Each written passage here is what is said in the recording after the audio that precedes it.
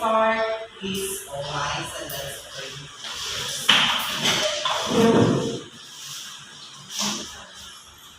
Dear God, thank you for this new day. Help us to learn in open minds, to be kind to another, and to do our best in all we do. Guide us with wisdom and peace.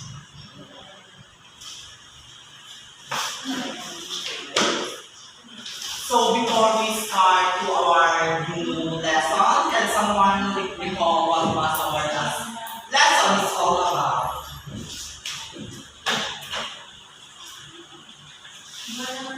Anyone? Yes.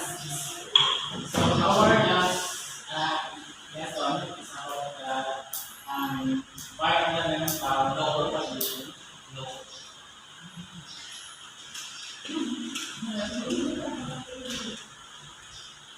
Yes, Miss Sam. Last meeting, we tackled the lovely method and here Ernst's methods of propagation. Very good. So before let's move to our activity. So the activity is all about the jumbled letters. So all you have to do is to arrange the jumbled letters.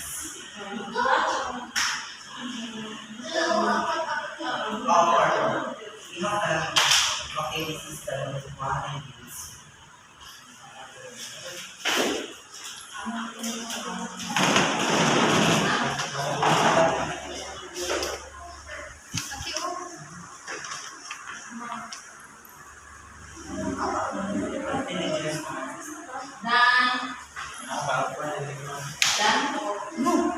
Please try.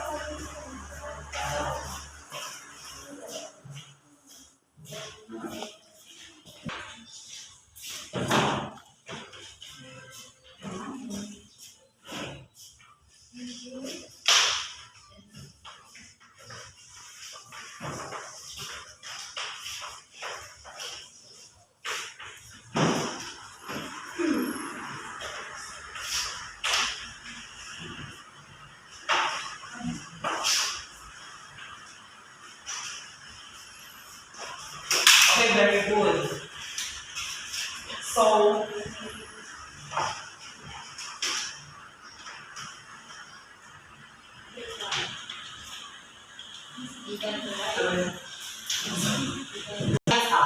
aside from the activity, what do you think our let us go.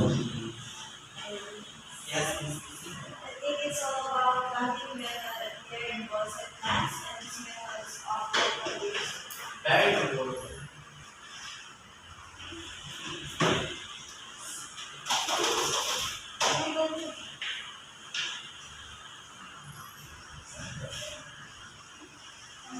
Our topic is for about ferns, methods of propagation, study methods in care. So ferns, it is a plant that did not have flowers, usually siya,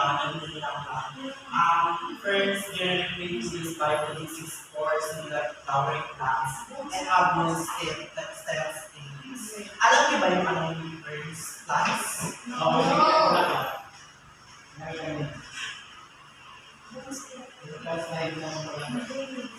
Mostly kasi yung ferns, tumutubo lang siya like sa mga hindi, kahit saan, like, pwede rin sa mga wild Sa mga tabing ilog. o gano'n.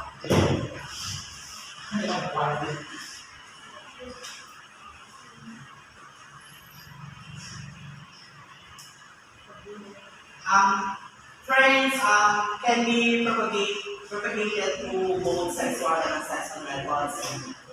Asexual propagation, which involves dividing the plants and generating the food, is the most common method for ferns. Other methods include spores, propagation,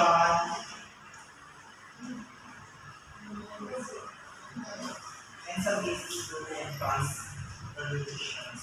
So first is division of sexual. This involves separating a mature first class into a smaller sections, each with its own rules and growth points. This is particularly important. A plant first produce two spores that seeds. You will be sharp seeds.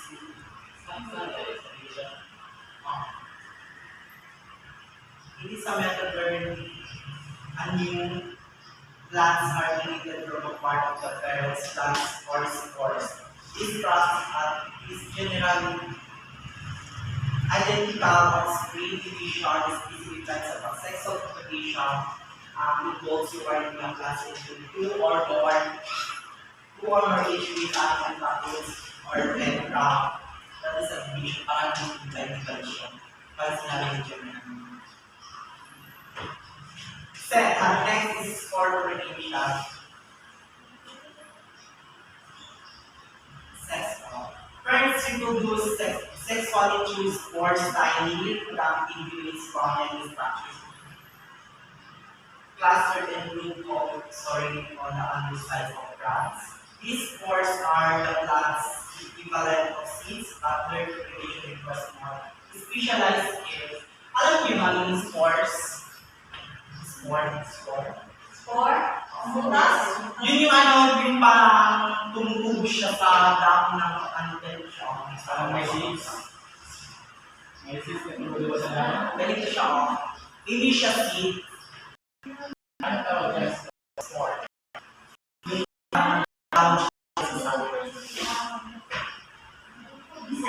Tutubo yan siya. Yan yung spore. Hindi yan siya tutubo. Tumubo siya. Wala ba na seeds? Pag tumubo siya, yun yung tinatawag na bundles and plantets.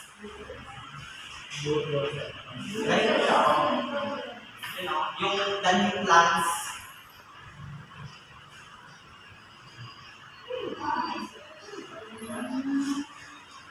Yes.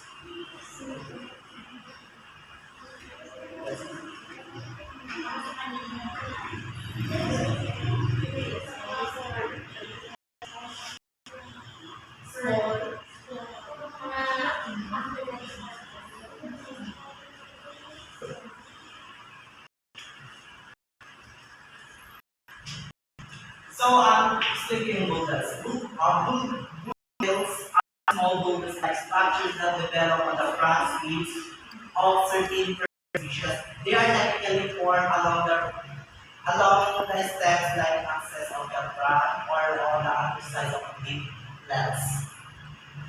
Once mature bundles come from the parent plants and grow to the ground, where they can grow develop new ferns. Yun na yung develop siya from the new ferns.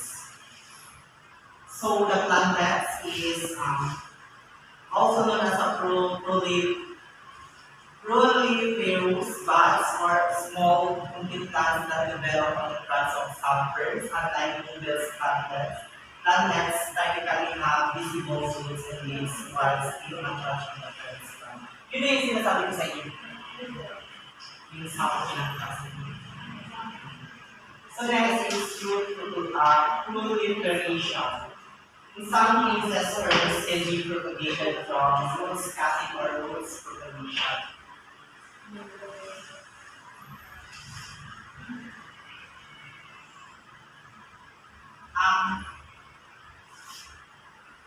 These proliferations or the increase in the number of roots primarily occurs two main methods with vegetative propagations and roots correlation itself or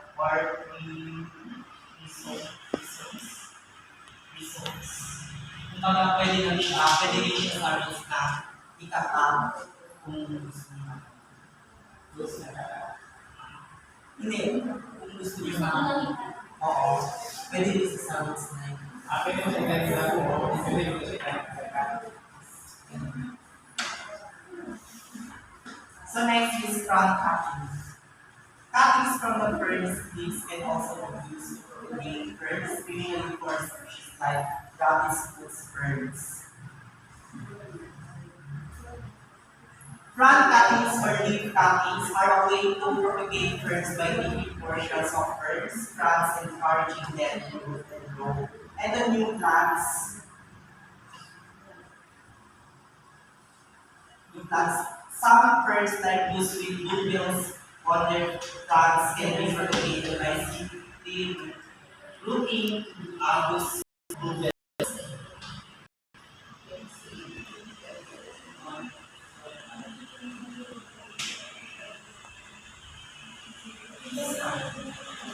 Yes,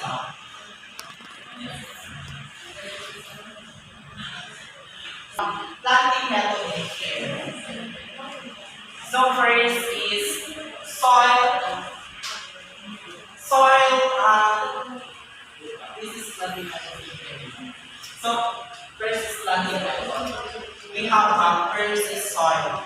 Soil prepare the soil by mixing in organic matter like compost or leaf mold into the soil to improve moisture retention and nutrients availability. Yes. So the location, choose a shady spot with partial seed or dapple, sheet from evergreen varieties mountain or sheet from deciduous firs.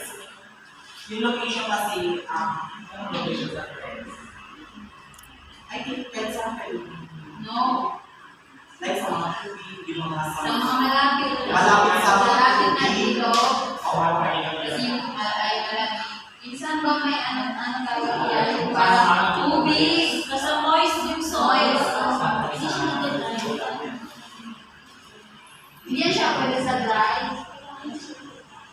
At saka yung first, di ba, nakakain na kayo yung yung parang binulay yung parang o yung bago tumutulis na kayo yung parang malabo. Pwede yun siya magbila. Yung tinatawag nilang yung pakis kayo.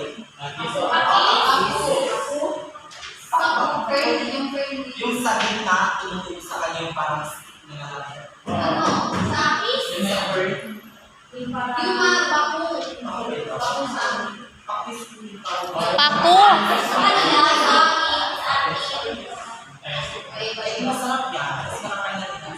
Sarap sa data. So yun ang nasa sa example. So for next is tiny. Plants between May and September 4 was first. Yun yung alam niya yung tiny. Plants between May and September 4. Kasi malamig na. So next is avoid covering the crown. Do not cover the crown of the first with soil as bees can lead to. Yun yung pinag-plant siya. Kung siya pwede Yes, done. So next, care. Yes, done. Yes. First is moisture. Moisture keeps the soil consistently moist but will drain, avoiding overlapping. So next is humidity. Humidity first thrives in higher humidity, so consider misting the leaves for freezing naturally of watering nearby. So fertilizer. Yes. Alam mo natin po. Yes. So let's use the sunlight. Yes. Provide shades of varieties depending on the first variety. Yes. So the last one is pest control. Keep an eye out for pests and treat with insecticide suited if needed. Yes. Yes. Leave them. Okay, that's all. We will